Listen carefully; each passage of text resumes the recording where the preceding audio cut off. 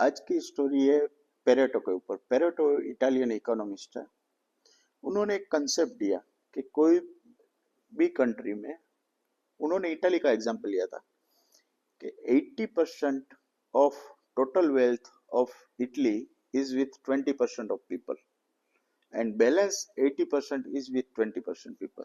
मतलब पूरे देश की संपत्ति का 80% 20% लोगों के पास है और 20% संपत्ति 80% लोगों के पास है।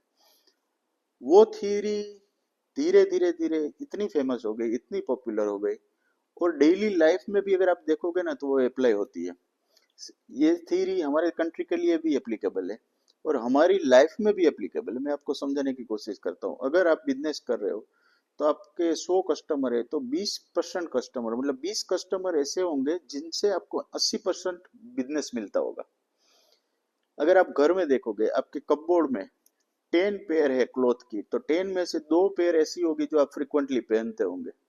अगर आपके 10 फ्रेंड है तो 10 में से 2 फ्रेंड ऐसे होंगे जिनके साथ आप 20%, मतलब दो दो फ्रेंड ऐसे होंगे जिसके साथ आप कंटिन्यूस टच में रहते होंगे।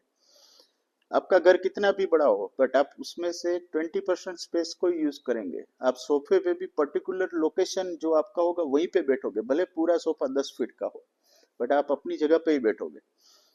सिमिलरली ये रूल अप्लाई होता है एवरीवेयर, राइट? सो कहने का तात्पर्य यह है कि you should spend your energy on 20% important factor, not on 80%।